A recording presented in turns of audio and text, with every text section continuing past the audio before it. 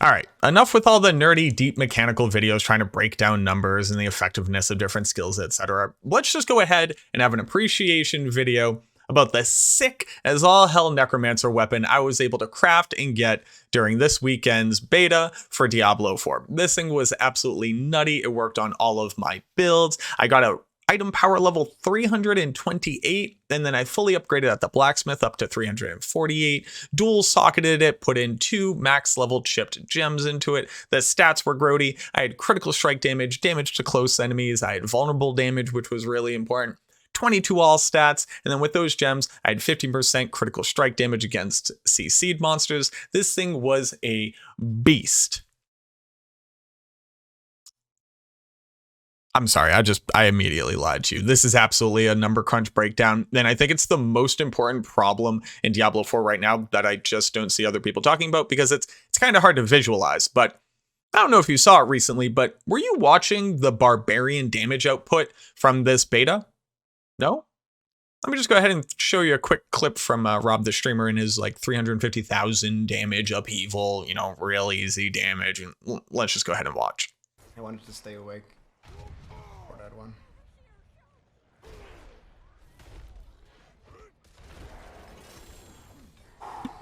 Yep.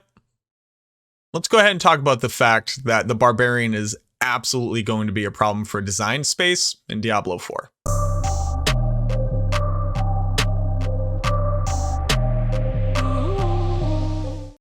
I'm going to very quickly explain how the Barbarians' weapons work in Diablo 4 for people who didn't have a chance to pilot it during the beta or haven't seen reviews or any discussion online. For a character, the weapon that you're using is going to have damage per second. It's going to have an implicit stat. So if you look all the way to the left here, you'll see that it's a big two-handed weapon, and that gives it access to overpower damage as a natural stat that always rolls on the weapon. And you'll notice that the 3 maces that I have, the two-handed one and the 2 one-handers in the middle here, all have overpower, and then the two-handed slashing weapon over on the right has access to critical strike damage. So this is just a stat that rolls per weapon type. Then you have the affixes. Those are the stats in the middle with the little pips. You'll see critical strike damage, overpower damage, damage to close enemies, etc., etc. When you have that weapon equipped, you gain that for any of the skills that you use where those damages are relevant. And there's 2 other things. You have the legendary aspect, so this is going to be something that applies to every skill that you use that it could be relevant for, and then you can also socket gems into it. Now, the weapons that you're looking at here were just my Barbarians weapons from the first early access beta weekend,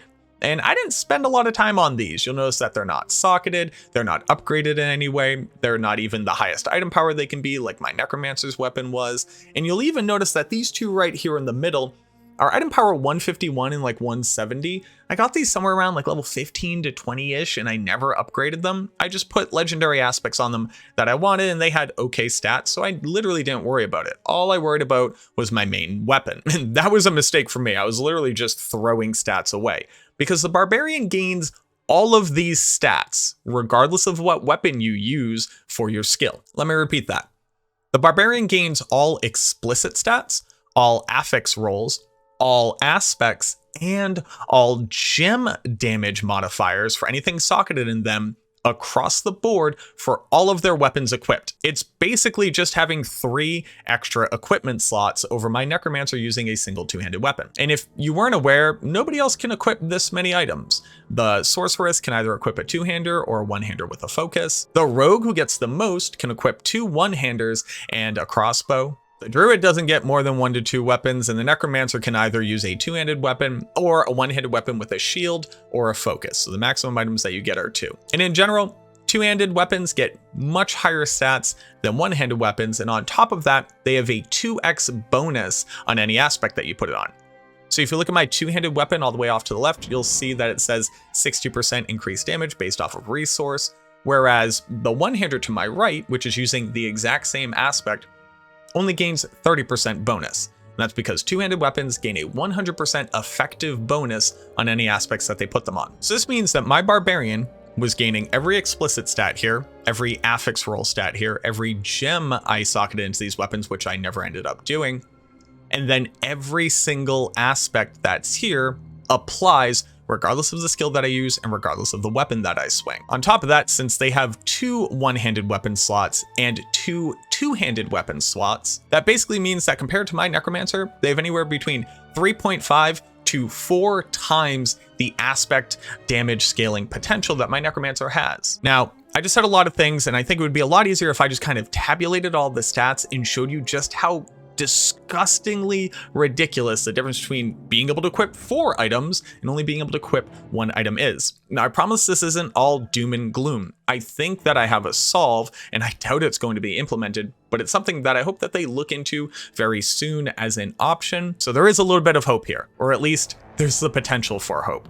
But I really wanted to highlight just how ridiculous this is, because I think it drastically limits design space and class equality and parity, especially in the late game. Remember, Rob just dealt over 350,000 damage on a level 25 Barb that was locked to veteran difficulty in Act 1. If you didn't know, as item power increases, not only does the weapon damage go up, but the implicit stats go up. All of the affixes that roll become higher and also get upgraded. Like if you took this to a blacksmith and upgraded it, you'd actually get more stats even on the base item. And then theoretically speaking, these aspects should also be getting stronger in the end game as we get access to whatever sacred and ancestral items will look like. So while all of the skill damage in the skill tree is easy to tabulate at this point, because we can literally see what those modifiers are going to be, weapon damage, weapon affixes, and weapon aspects are going to continue to scale in power.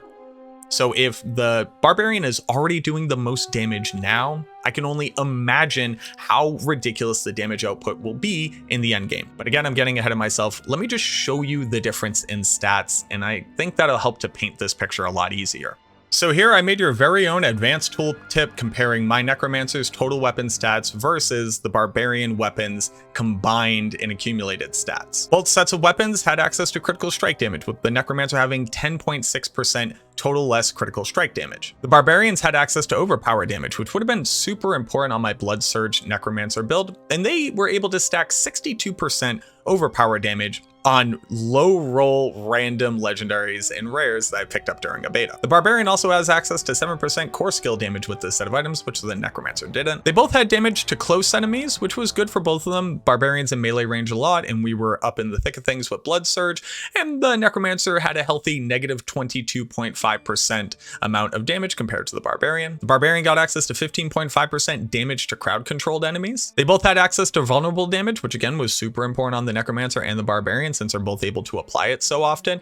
And the Necromancer had a respectable negative 18% in comparison to Barb. They both had access to all stats, which is super important. That scales your base skill damage, it scales your dodge, it scales your crit chance, your resource generation, your healing received, your overpower damage. And even with a massive two-hander weapon that rolled well, the Necromancer still had minus 18 all stats in comparison. And just as a cherry on top, the Barbarian also gained access to a lucky hit modifier that just said they had a 3% chance to execute non-elites who were injured. Here's another problem with it, because it's not just strictly that the Barbarian gets more of the stats that you want. They also get access to a wider breadth of stats, meaning that they are able to cover up a lot of different scenarios and have some minor advantages in places where somebody who's only able to equip 1 or even 2 items just cannot have that many different types of damage multipliers. So the Barbarian damage is literally able to spread over a wider range of scenarios, making you effective in more scenarios. And even in these scenarios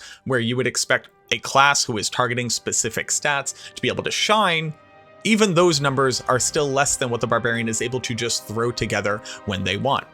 And remember, my Necromancer weapon right there is the maxed out version that I could get for it. It's an item power 348 weapon. It had dual sockets in it. It had the perfect aspect for my damage scaling based off the build that I had, and great affixes all the way down for damage types that I had. Whereas my Barbarian stat sticks were not upgraded, they didn't have gems in them, the aspects were whatever I threw together at that point, and every single damage stat still eclipses what I was able to get on my maxed out Necro. Oh, and I just talked about the gems too. The Barbarian's also able to just socket 4 more gems than the Necromancer can. So let's just very quickly look at that. It's a pretty simple slide. So the Necromancer, with its 2 chipped sapphires, which were giving critical strike damage to crowd controlled enemies, we were constantly crowd controlling enemies and trying to crit all the time with Bone Spirit, gets a whopping 15% critical strike damage. The Barbarian with 6 gems gets 45% critical strike damage, which is just a meager 30% more damage modifier when you crit a CC'd enemy. Keep this in mind too.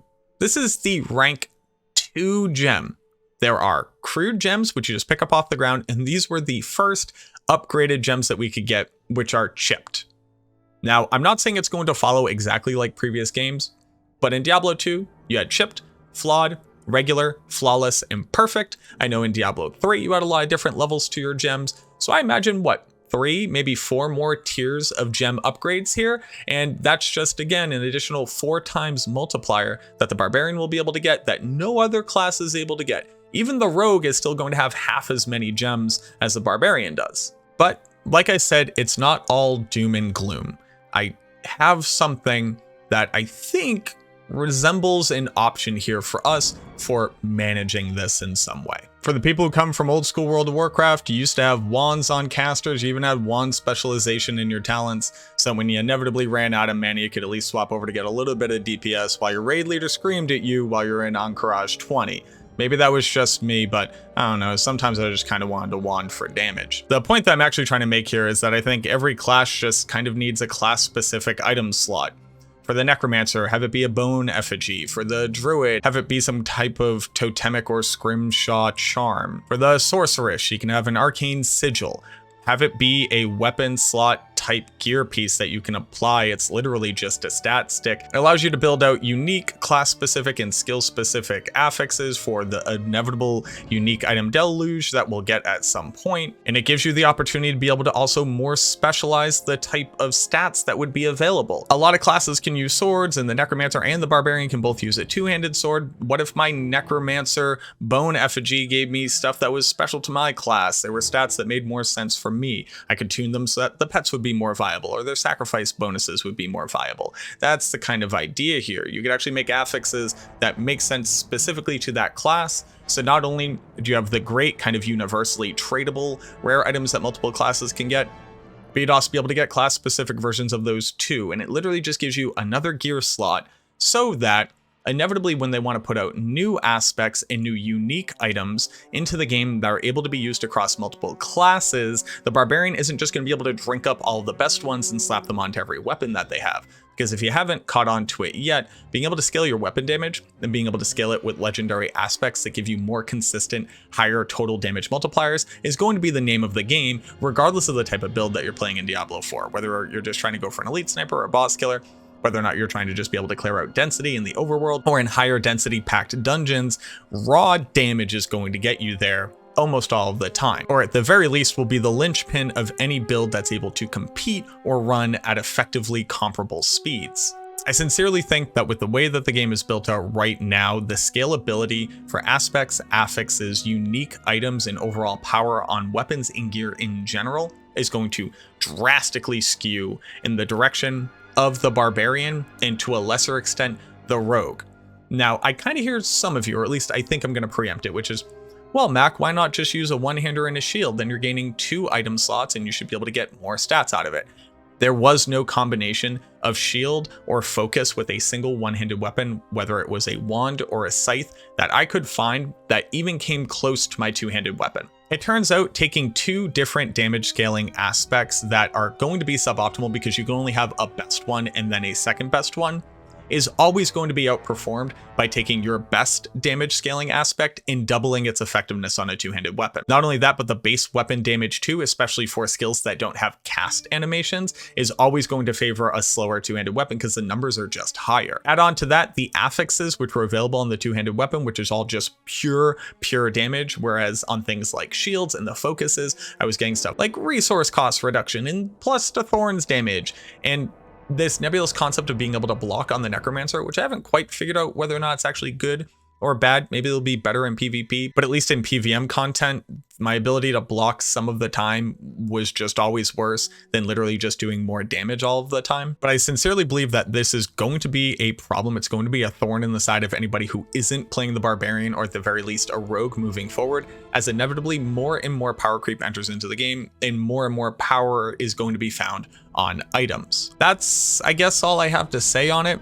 I wanted to just bring this up to people because I don't see enough people talking about it.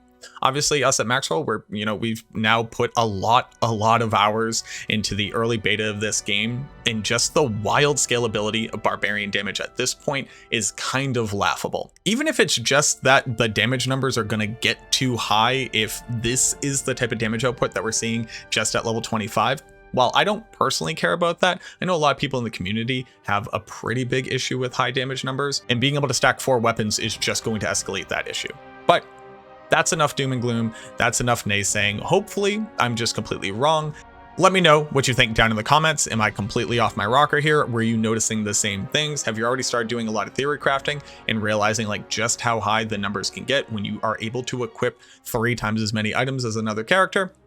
Let me know down in the comments. I'd love to hear from you. Thank you again for watching another long-winded video. I really appreciate it. I hope that you enjoyed it, and I look forward to seeing you in the next one.